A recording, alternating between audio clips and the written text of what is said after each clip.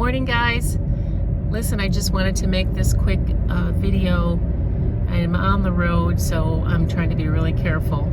I'm going slow, so don't worry about me.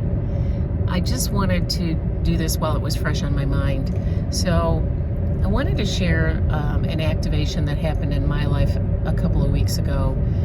I'm not going to get into the nitty-gritty details of it, but it was a shame trigger, and I wanted to show you again how to provide grief support to your parts and how to reintegrate once you've been activated so that you don't end up having a $100 reaction to a 10-cent problem.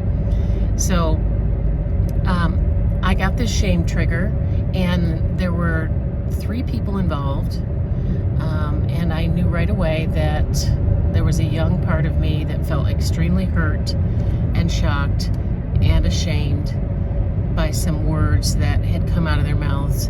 And I also could tell that the protector part, I've got this protector part that will show up and just cut people off. And I don't let that happen. I don't let that happen. I haven't let that happen for many years. However, it's a tough part to get to back off because it protects that young part. And basically, I have to be on the lookout for it, because if I'm not careful, it'll find creative ways to cut people off that don't really look like they're being cut off. And I think maybe some of you might know what I mean. And really, we don't want to cut people off. We don't like their behavior, but we want to keep their person intact. And the Lord knows there are times when we need to distance from people. Sometimes we need to completely detach from people if they're violent, if they're really truly dangerous. We definitely need to push them to the outer circle. But these people said words that were hurtful, and they actually even apologized for what they said. And that helped, but it still wasn't getting this angry cutoff part to back off. Excuse me, guys. It's morning time. So, I did what I normally do right away, which is, in the name of Christ, I choose to forgive them. I say that out loud because that softens my heart. That allows my belief system is that when I choose that, it's forgiveness is a choice, then that allows the Lord to come into my heart and soften my heart so that that protector part doesn't take over. And it usually works extremely well. But a couple days later, 5 days later, I still wasn't feeling completely free of that part of me that just wanted to cut them off.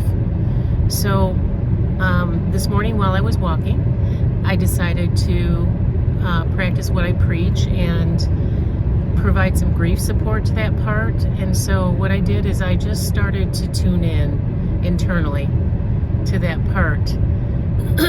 Not just the hurt, wounded part, but also that protector part. But I started to say things like this: listen, remind me all of the things that are going through your mind right now that have to do with this trigger. Tell me about the times remind me of the times when you were hurt this way in the past, when you were a child. And of course, my mind went to all the places in the past where I was hurt this way as a child. And I took some time with each of those memories. I did this while I was walking the dogs this morning in the woods. So I took some time with each of those memories. And I said to the child part and the other part, I said, I'm here, and I remember that. And that was awful. And that was hard. And you didn't deserve that. And I'm so sorry you didn't have the grief support you needed, that you didn't have a mom and a dad that were as attuned to you as you needed at the time, that they weren't able to comfort you. And I am so sorry. And then I started to say things like, if I had been your mom back then, I would have paid more attention to you. And if you were my little girl, I would have protected you from that, and I would have made sure that you had a place to come to talk to about how you were feeling and what happened. And I just just would have paid more attention, sweetie. I would have, if you were my little girl, I would have made sure I supervised situations so that you didn't get so hurt by other people and get accused of things that you didn't do. And I'm so sorry that the poverty that you were in made you a target. And I just continued to talk like this to that part of me. And so that part of me just started to feel some feelings, and I just kind of held those feelings and held that part of me and just spent some time with it.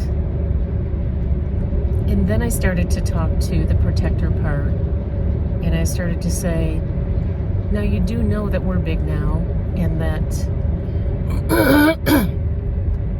that these people can't hurt us, and you know that feelings aren't dangerous, and you know that even back then you were just a shining bright light.